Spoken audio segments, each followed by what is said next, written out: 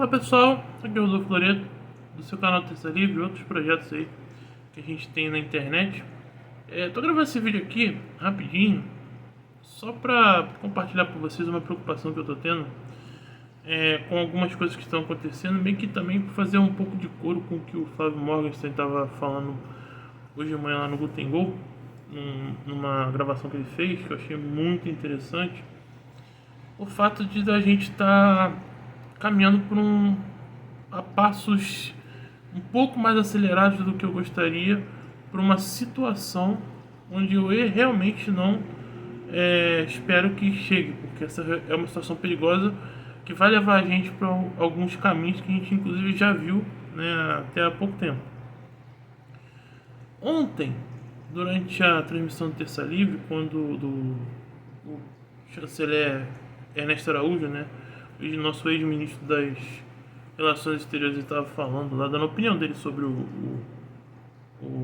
discurso do presidente, a gente viu muita crítica desmedida no chat, né? Ele estava dizendo lá que, na visão dele, o discurso não enfatizou tanto quanto possível alguns aspectos importantes do Brasil, né, da tomada de posição do Brasil, que apesar de ter sido um discurso que falou de muita coisa, mas que na visão dele estava muito eivado daquele jargão,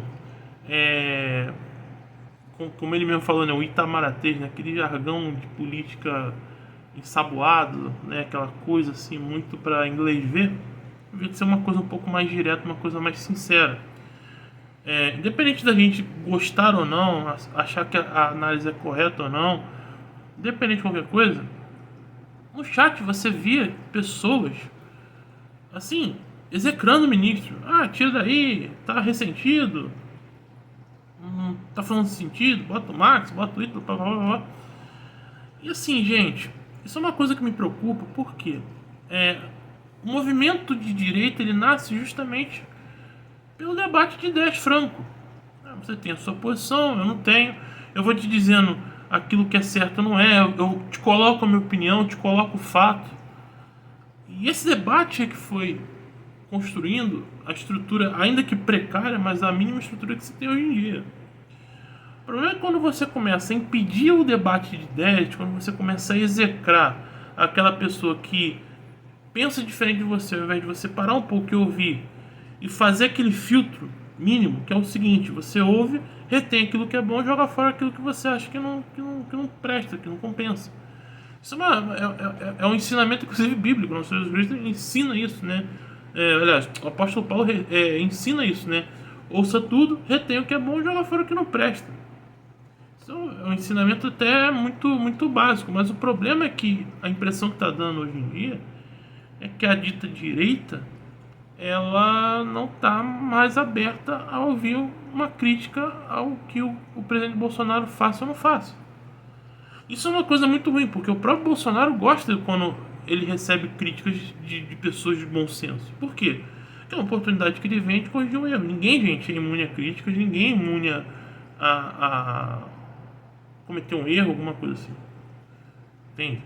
Agora, quando você começa a criticar coisas que realmente estão calcadas em fatos reais, aí você, para contra-argumentar, no mínimo, faça isso em fatos reais, senão em suposições e desejos. O que eu tô vendo muito inclusive até no Twitter, agora há pouco estava vendo um jovem falando coisas assim, é o seguinte: a pessoa, ela substitui uma constatação de um fato real, ou seja, algo que é incontestável, porque é um fato, é algo que aconteceu, está ali na estrutura da realidade, e o cara substitui aquilo ali por uma interpretação que ele faz dos desejos dele. Mas e se isso acontecesse? E se isso acontecesse? Será que não sei o quê? Gente, desculpa.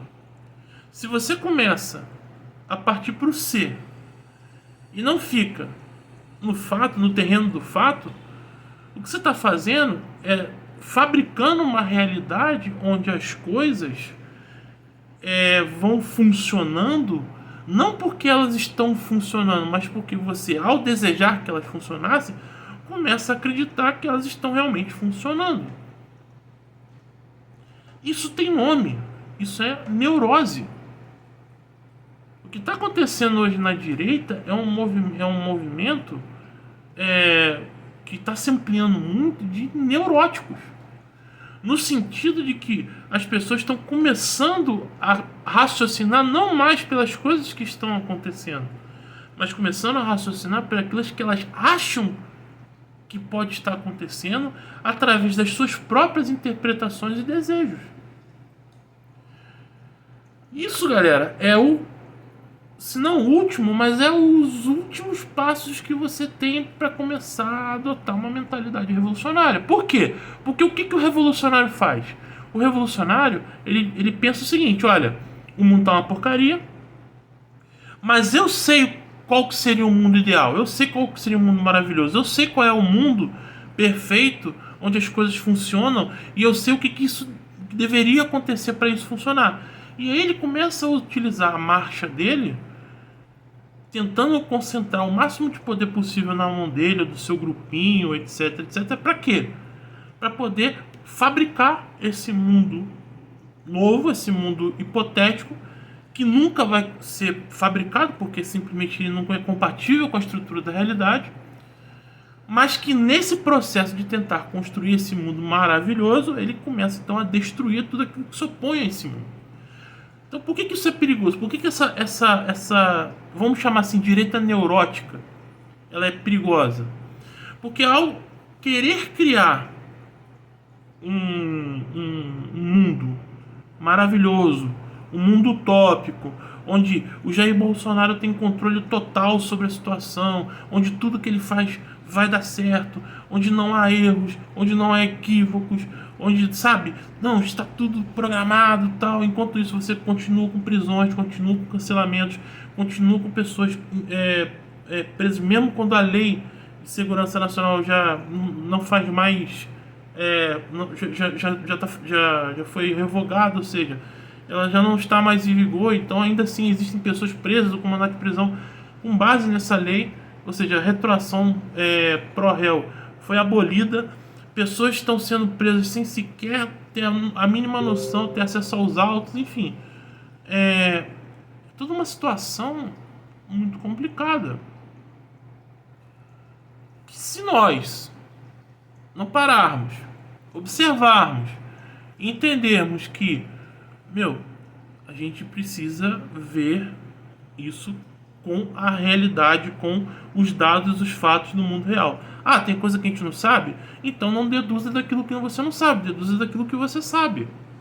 Isso é o básico de qualquer tipo de análise de ciência política. Você não parte do fato que você imagina, você parte do fato que você tem. Como eu falo, por exemplo, lá no próprio dia 7, no boletim da noite, quando eu estava com o Alan, eu falei, o Alan me perguntou, cara, o que você espera disso tudo aí? Aí eu falei pro Alan, é difícil a gente poder mensurar, porque a gente não sabe como é que tá a coisa por trás e tal, é muito difícil. Mas a única coisa que eu espero é que o presidente Bolsonaro cumpra aquilo que ele prometeu. Por quê? Porque há um fato concreto e objetivo, que o Bolsonaro falou: a partir de hoje, o senhor Alexandre de Moraes não existe para mim e eu não vou cumprir mais nenhuma medida absurda que ele fizer.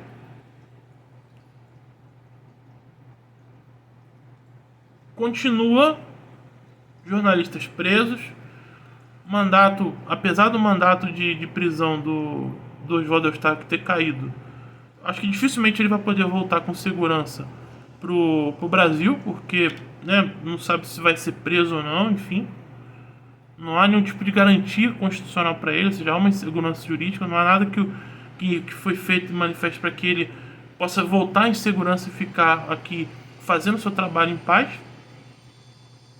O mesmo se fala de outras pessoas que estão aí, cujo esse processo louco ainda está rolando, que foi até criticado pela própria PGR. Agora até o Google tá achando as medidas do Alexandre de Moraes algo desproporcional, o Google, o Twitter, enfim. Ou seja, nós estamos caminhando, então, então tem um fato que é uma promessa e o fato de que essa promessa, objetivamente falando, não está sendo cumprida, pelo menos não até agora, não até o momento dessa gravação do vídeo. Ou seja, nós estamos partindo de fatos objetivos e não daquilo que eu gostaria. Ah, mas Eu gostaria muito que o Bolsonaro tivesse controle da situação e soubesse lá o que está fazendo. Então eu vou pensar como se ele realmente tivesse isso e está fazendo um xadrez 4D, 5D, 10. Gente, se você pensa assim, você está vivendo uma neurose. Você está vivendo no mundo do faz de conta. Você está vivendo uma situação hipotética que você está construindo na tua cabeça, mas que infelizmente ela não tem respaldo na realidade. E por que ela não tem respaldo na realidade? Porque o desenrolar das coisas 15 dias após o 7 de setembro estão mostrando pra gente que tudo aquilo que foi demandado na rua não está sendo refletido nas consequências após. Pelo menos não, de novo, não até agora. Pode ser que daqui a um tempo se cumpra, pode ser. Pode ser também que daqui a algum tempo não se cumpra, também pode ser. Mas a partir do momento que você julga as coisas com um ponto de vista daquilo que você gostaria que fosse, não daquilo que é, amigo, você está a um passo de adotar dentro do seu coração o germe da mentalidade revolucionária. Porque você vai começar a pensar, não, que Bolsonaro tem controle, que inclusive a gente tem que lutar para que ele assuma mais controle ainda, não sei o quê. Ou seja, você vai acabar querendo transformar na sua cabeça o Bolsonaro num revolucionário, mesmo se ele não seja, mesmo que ele não queira isso, e de fato ele não quer. Mas na sua cabeça você vai colocá-lo como um símbolo de revolução, ou seja, de transformação profunda da sociedade mediante concentração de poder, mediante esse plano maluco que vai estar só na sua cabeça. Por quê? Porque você não está pensando com dado real. E, consequentemente, por você não pensar no dado real, você não vai conseguir tomar as decisões corretas. Para poder até mesmo ajudar o presidente, ou tentar ajudar da sua maneira, onde você estiver, tentar esclarecer as pessoas do que realmente está acontecendo, por que as coisas não estão andando, os motivos reais por que isso não está acontecendo, não vai conseguir correr atrás, enfim. Você vai começar a não dar valor, não priorizar as coisas que precisam ser feitas. E aí você vai começar a pensar em que no futuro, melhor, no futuro brilhante. Gente, não funciona assim. O mundo não é assim, o mundo não pode ser assim. Então assim, cuidado para você não cair nessa armadilha. Pense com os dados que você tem. Não pensa com os dados que você gostaria. E aprenda a fazer essa divisão daquilo que eu quero, daquilo que eu sei. Entendam isso. Isso é importante, até para que você possa ajudar o presidente em certa medida. Porque você vai começar a entender o que você precisa fazer de fato para colaborar. E não ficar usando a sua mente, criando ilusões e criando construtos que só vão levar a ilusão de outras pessoas, influenciar outras pessoas num mundo imaginário que no fundo não existe. E a consequência disso é simples: o camarada simplesmente vai chegar, vai pensar que a coisa, né, é maravilhosa, mas quando ele vê um revés, putz, aí ferrou, acabou, vamos para a terceira via. No fundo, muita gente da terceira via está contando com isso. Então, meu amigo, eu vou te dar um conselho. Não fique no mundo das suas aspirações, não fique no mundo dos seus desejos. Fique no mundo real. Isso vai fazer bem para sua mente, vai fazer bem para sua família, para o seu convívio social e principalmente vai fazer bem ao presidente da República, ao Brasil. Um grande abraço a todos, até a próxima. Em breve, algumas novidades bem interessantes que vocês vão gostar num novo projeto aí que eu tô fazendo. Espero que realmente vocês fiquem bastante felizes. Um abraço, galera, até mais.